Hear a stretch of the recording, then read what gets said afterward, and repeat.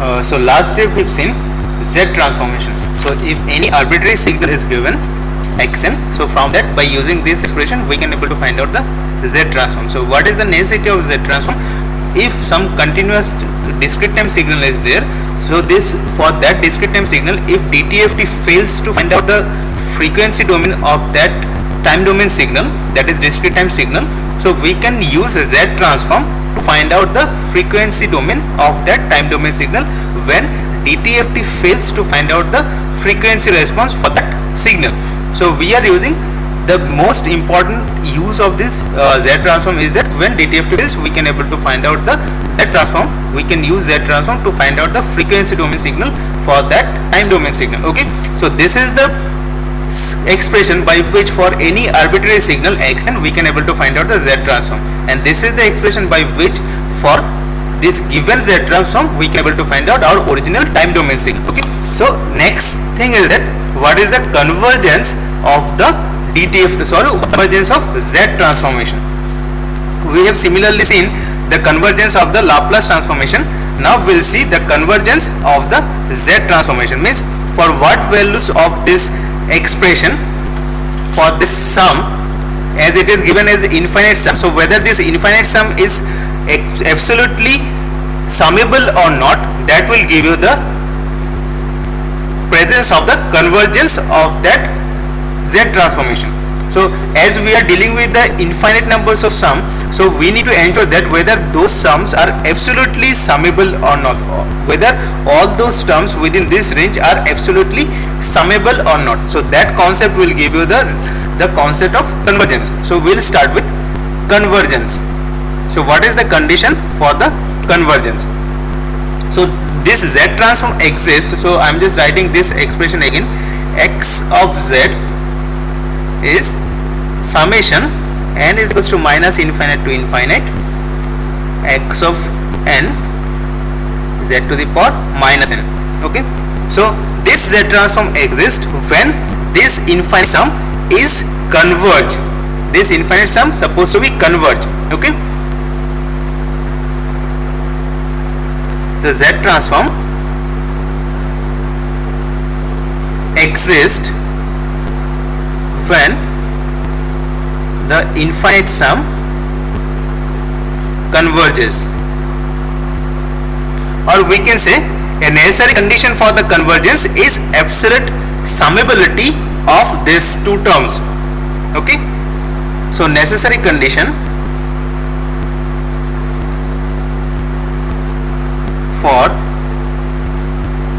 convergence is absolute summability.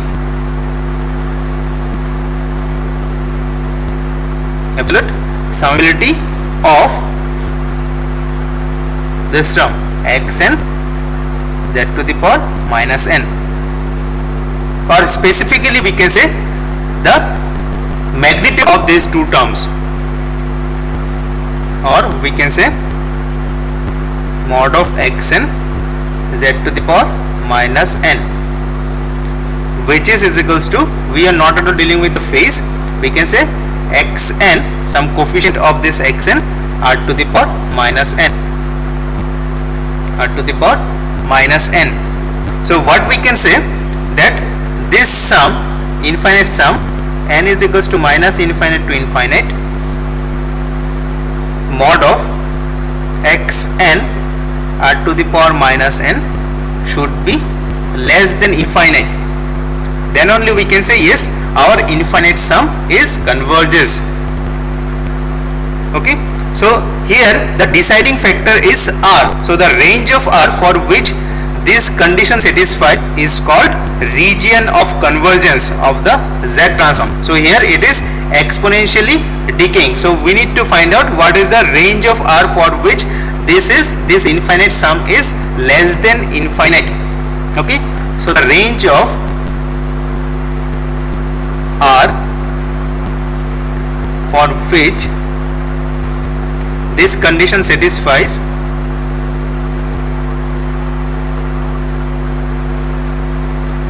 is known as region of convergence or ROC. We have seen the same thing in case of Laplace transform. Here it is region of convergence of the Z transform. Okay, so if does this Z transform exist for signal, this Z transform exists for signal where DTFT do not exist. We'll see how, or we can say Z transform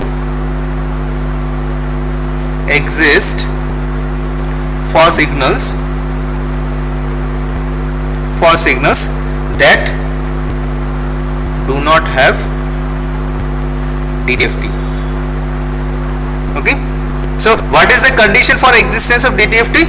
That it must be absolute summable for all values of xn.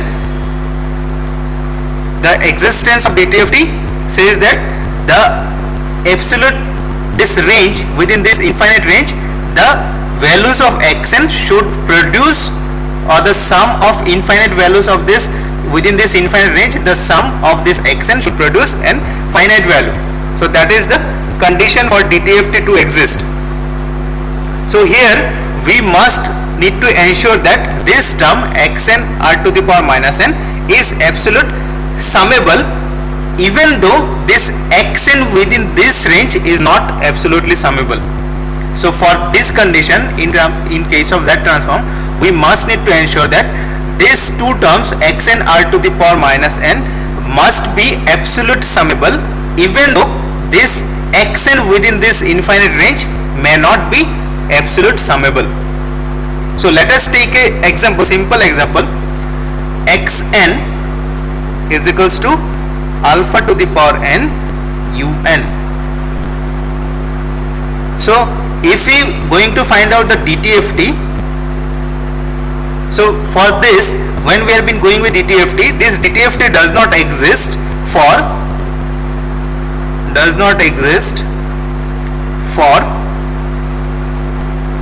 this alpha if it is greater than 1. Why? Because it is increasingly, this exponential is increasing with time. It is an increasing exponential. Okay. Now if next case, if we take this r is greater than alpha, then this r to the power minus n decays faster than xn, decaying faster than xn. How? Let me draw that one. So let us go with xn first. If it is xn, it is alpha to the power n un. So it is from 1, it is increasing, because we have been considered that our alpha is greater than 1. So these samples are like this, it is increasing.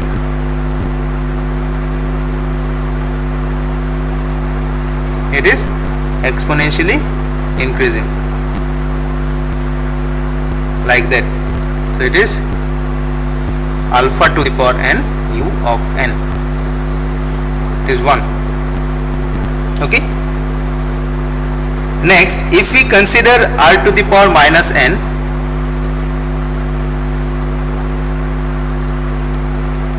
it is r to the power minus n is on the time axis, so it is exponentially decaying.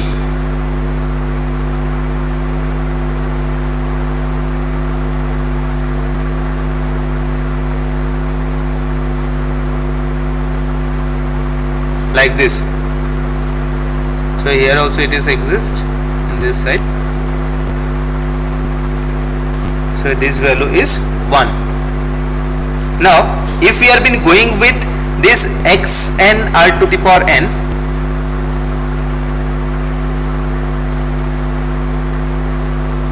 minus n, so here this r value is greater than alpha. So here how it is decaying? Quite faster than this xn.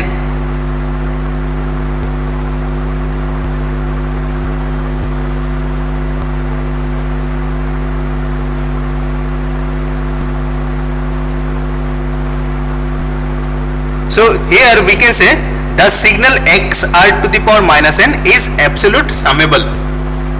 The signal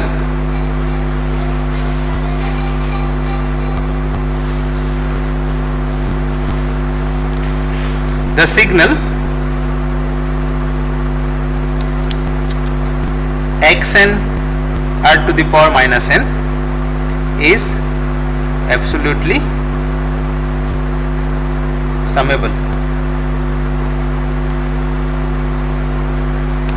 and also Z transform exists. Previously we have seen for this Z transform does not exist because it is increasing exponential. For this it is decaying exponential. So we can say yes, Z transform exists. So it is the major advantage of using Z transform over DTFT. So for the signals for which DTFT does not exist, Z transform exists for those signals also. Next, as we have seen S plane, here we will go with Z plane.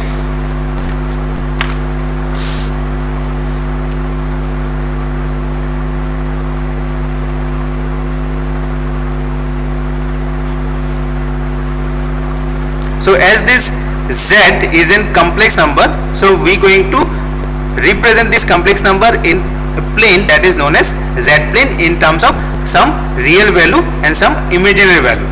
Okay, so we know this Z is represented as r e to the power j omega. So from this, by Euler's expansion, we can able to find out the real value and the imaginary value. So if we draw this Z plane, it is imaginary Z, it is real of Z. So this Z plane, as we have seen, it is traverses in the anti-clockwise direction around a circle. It traverses as an anti-clockwise direction around a circle. Okay, so we can say this point, this Z is located at a distance r. This point Z is located at a distance r,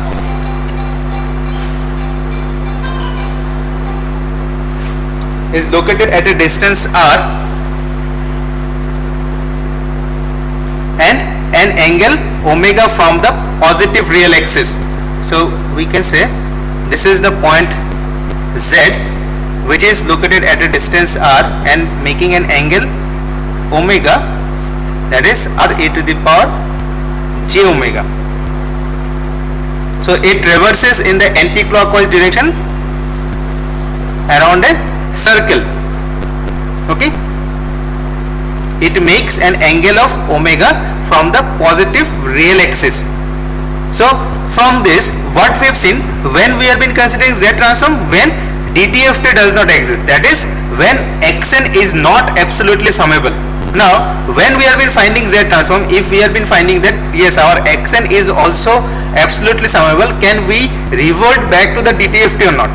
So we can find out the DTFT from Z transform if we have been considering this r is equals to 1. If we have been considering r is equals to 1, we can easily find out the DTFT from this Z transform. So by taking r is equals to 1, we can find out DTFT from Z transform. That is, your Z will become e to the power j omega. Therefore, that will be, previously we have written xz. Now we are supposed to write x e to the power j omega, same as like DTFT. X e to the power j omega is equals to x of z at z is equals to e to the power j omega. So it gives us the evidence Z transform. We can revert back to the DTFT from the Z transform if we put, or if we take the Z plane around a circle where the radius is unity. Okay, so if we are having an Z plane like this, if we are having a circle of unit radius, then we can find out on this circle this DTFT. we can find out it is your omega. This radius r is equals to 1, this is 1, it is 1. So we can find out dtft also. Okay, so let us solve a problem. We need to find out Z transform as well as dtft.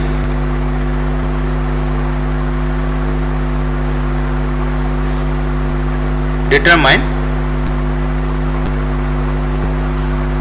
Z transform of the signal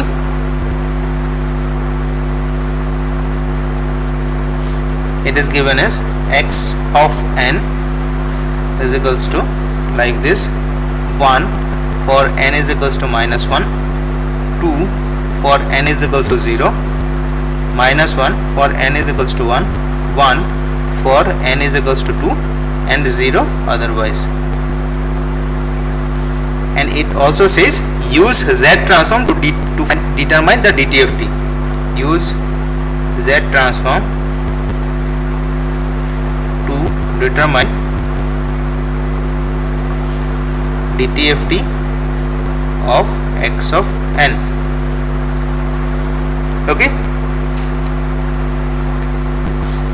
so we need to use this expression. We are going to put the values of xn and we need to put the values of n here. Okay, so here this 1 for n is equals to minus 1. So in this way we are supposed to put.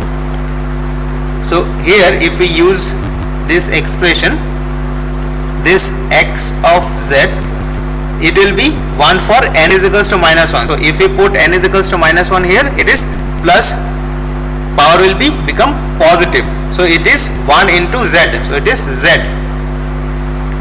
Then plus it is 2. Here it is 2 for n is equals to 0. So that will be simply 2.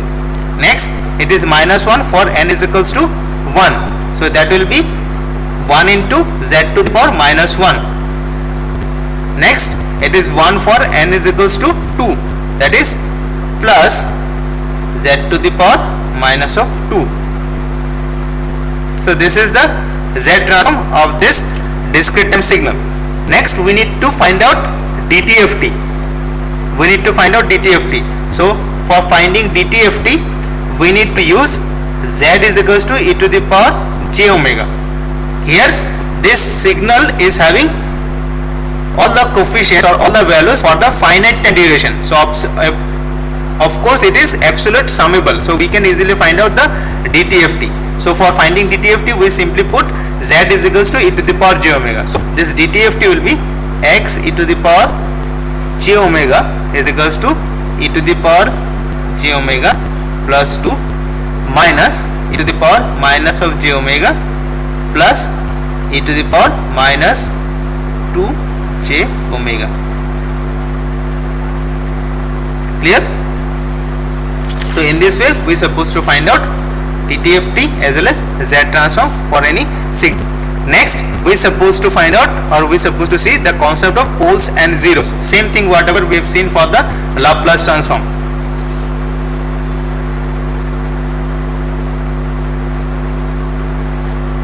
Poles and zeros. So the most common way for the Z transform to be representation is the ratio of two polynomials. We have seen that is x of z is equals to b0 plus b1 z to the power minus 1 plus dot dot dot bm, let us take it as m, z to the power minus m by a0 plus a1 z to the power minus 1 plus dot dot dot plus an z to the power minus n. So for this what we need to find out? We need to find out the roots. We need to find out the roots of the numerator as well as this denominator. We need to find out the roots. So let us go with the roots. Let us take this one as b, some value, all the values from k is equals to 1 to 1 minus ck z to the power minus 1 by all the values from k is equals to 1 to n 1 minus dk z to the power minus 1. So here b0 is some constant, that is b is b0 by a0. This ck are the roots of the numerator polynomial and termed as 0. Same thing what we have seen for the Laplace transform. Ck, which are the roots of numerator polynomial, which are known as zeros, and tk are the roots of the denominator polynomial. These are known as poles. Okay, so again these zeros are represented by a small circle and poles are represented by a cross in the z plane. Same thing whatever we have seen for the Laplace transform. So let us find out the z transform, and we also need to find out the ROC and poles and zeros of that z transform. So determine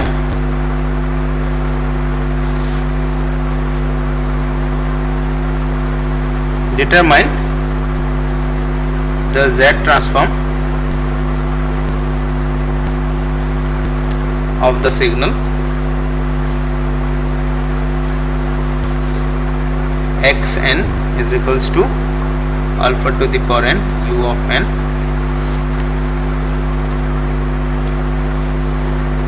depict the ROC and the location of poles and zeros of xz in z plane. Okay, so we need to find out the solution for this x of n, right?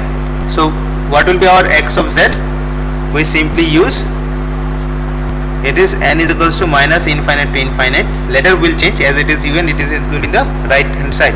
So alpha to the power n u of n z to the power minus n.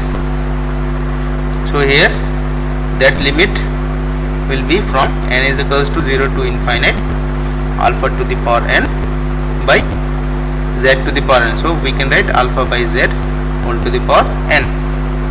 So it is in geometric series of infinite numbers of terms, and here the ratio is alpha by z. So obviously this sum will converge. What is the condition of this convergence? That alpha by z should be less than 1, then only this geometric series of infinite length will converge.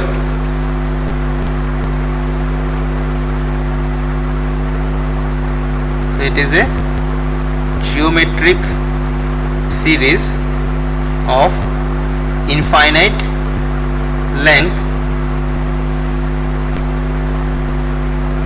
having common ratio of alpha by z. This sum will converge if mod of alpha by z is less than 1 or mod of z is greater than mod of alpha. So what will be this sum? X of z is first term is 1 if we put 0, 1 minus common ratio, that is alpha by z. What is the condition? Mod of z should be greater than mod of alpha. So this one will result into z by z minus alpha. Mod of z greater than mod of alpha. So here a pole exists at alpha, a 0 exists at z is equals to 0, right? So pole at z is equals to alpha and 0 at z is equals to 0. So if we go with this z plane, it is imaginary of z, it is real of z. So 1 0 exists at this origin and one pole exists at alpha, z is equals to alpha. So if we draw this circle,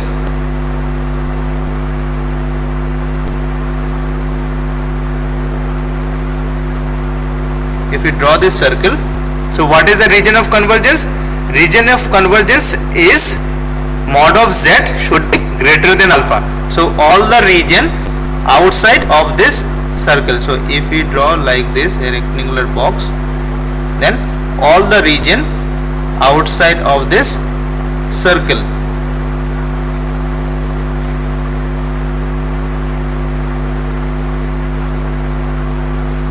all the region outside of this circle, that is the region of convergence.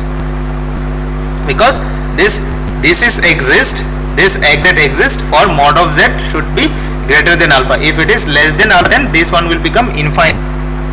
So this is the region of convergence, and this is the representation of pole and zeros on the z plane.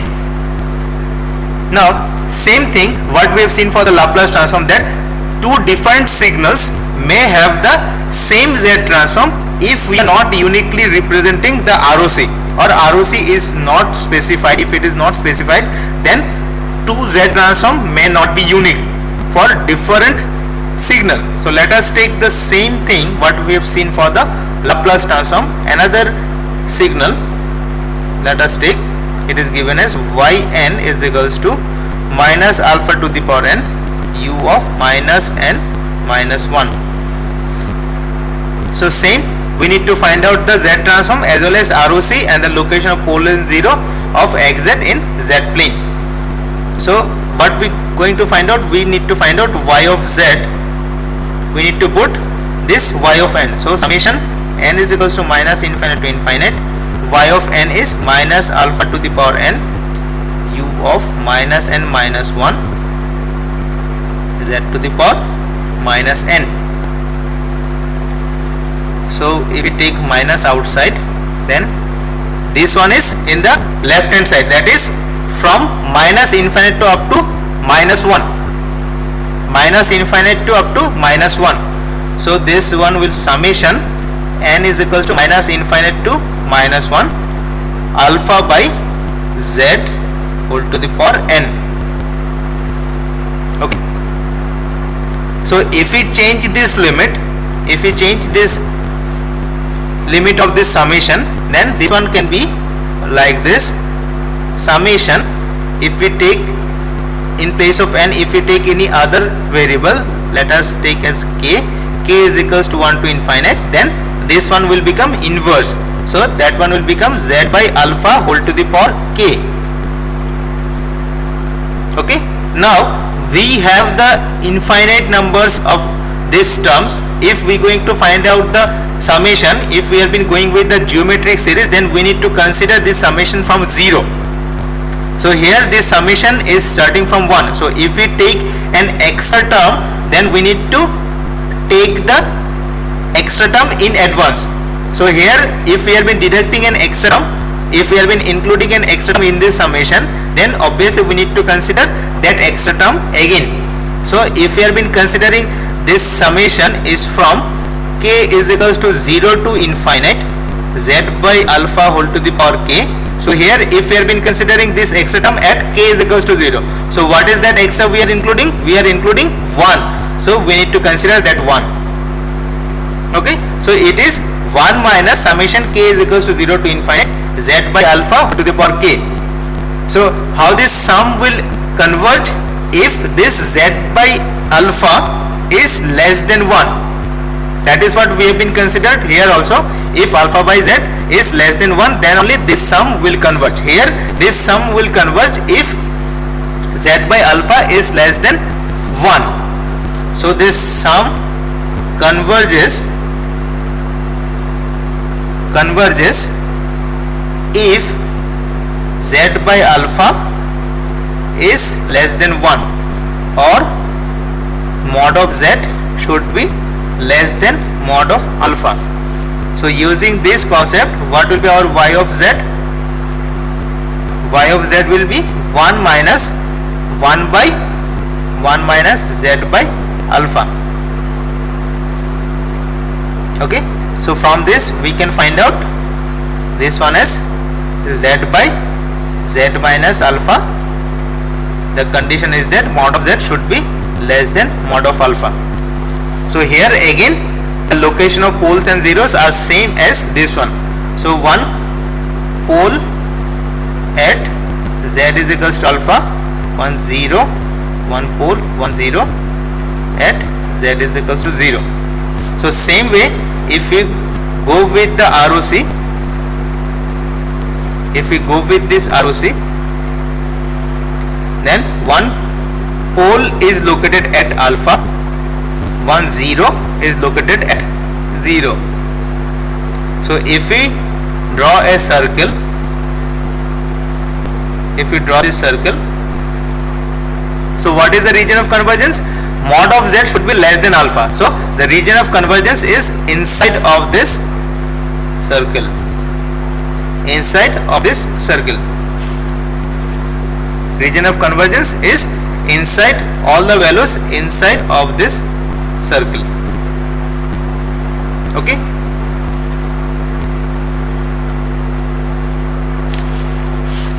it is 125.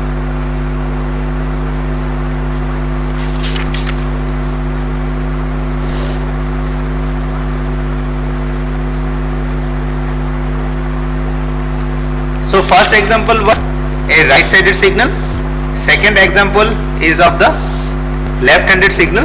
Next we'll take Z transform of two sided signal.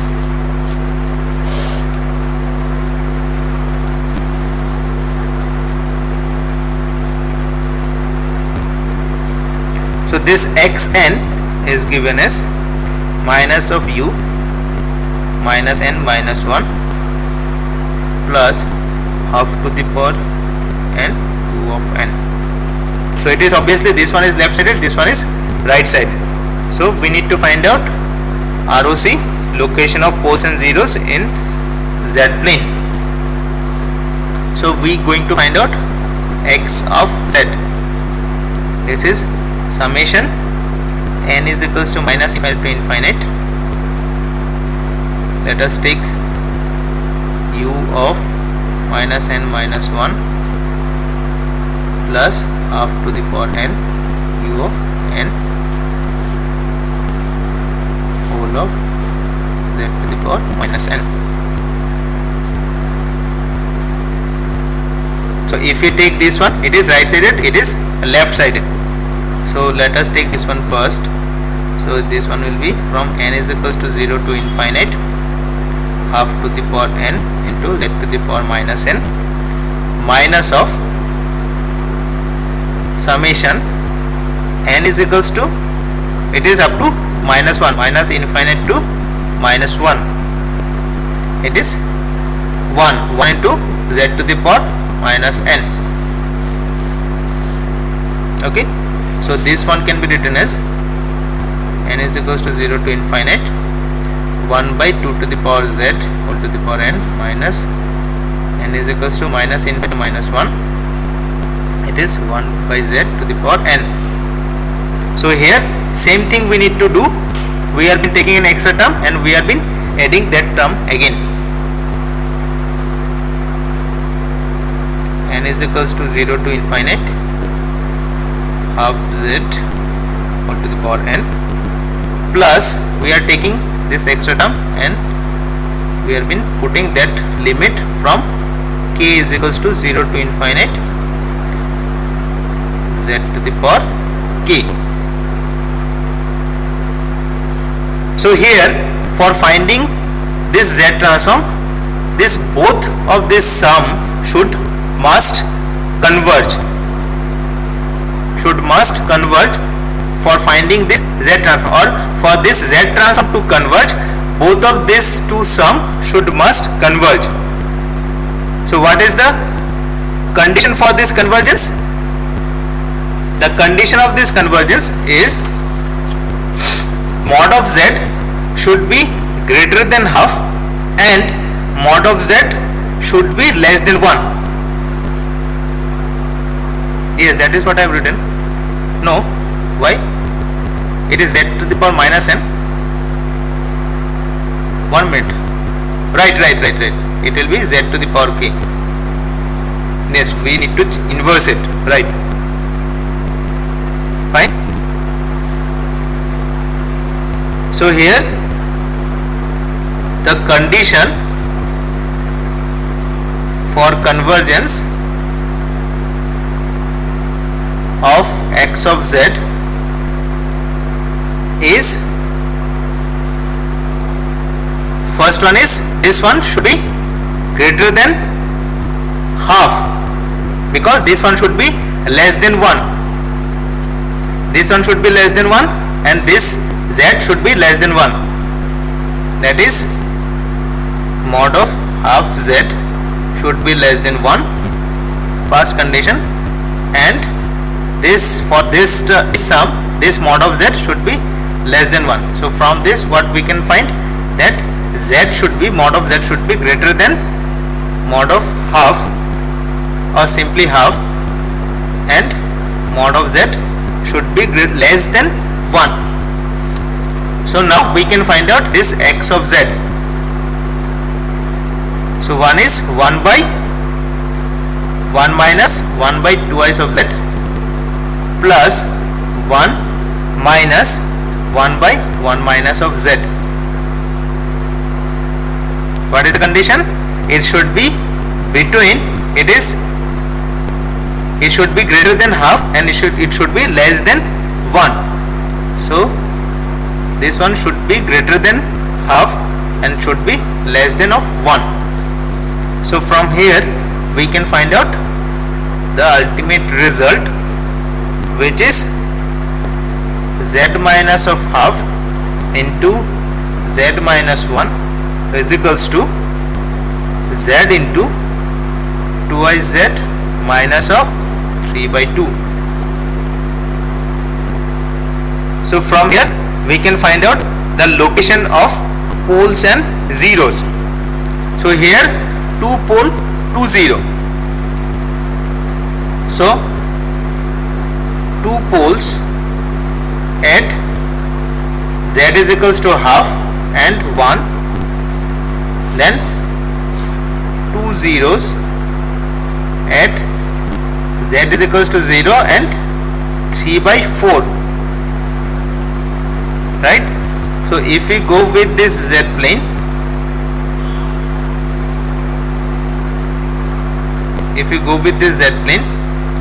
so 1 0 is located at the origin, another 0 is located at 3 by 4. Let us take this one as 3 by 4. Next, the pole are located at, first one is at half. Let us take this one, it is 3 by 4, it will be near to this. Let us take it as half. Then another one is located at 1. So what is the region of convergence? It should be greater than half and it should be less than 1. So if we draw an annular circle or ring,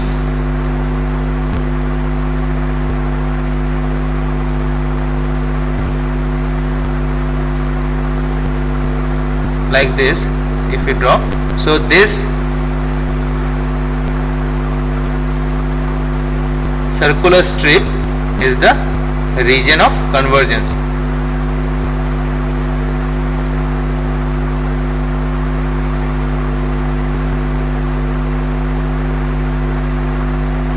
This circular strip is the region of convergence. Okay. So in the same way we can find out the z transform. So I am just giving you some problem, you just try to find out for this.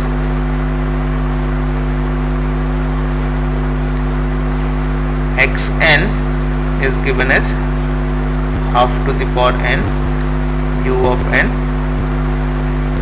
plus minus 1 by 3 whole to the power n u of n. It is both of them are in the right side. Let us take a left sided signal.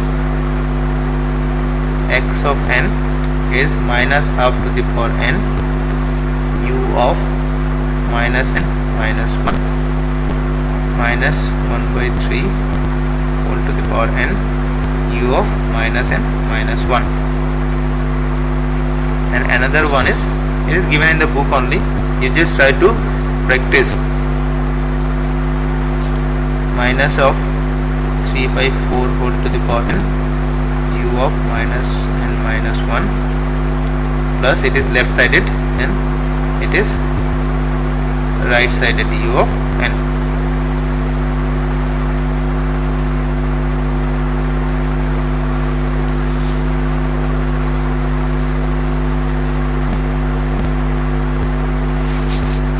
Okay, any doubt up to this?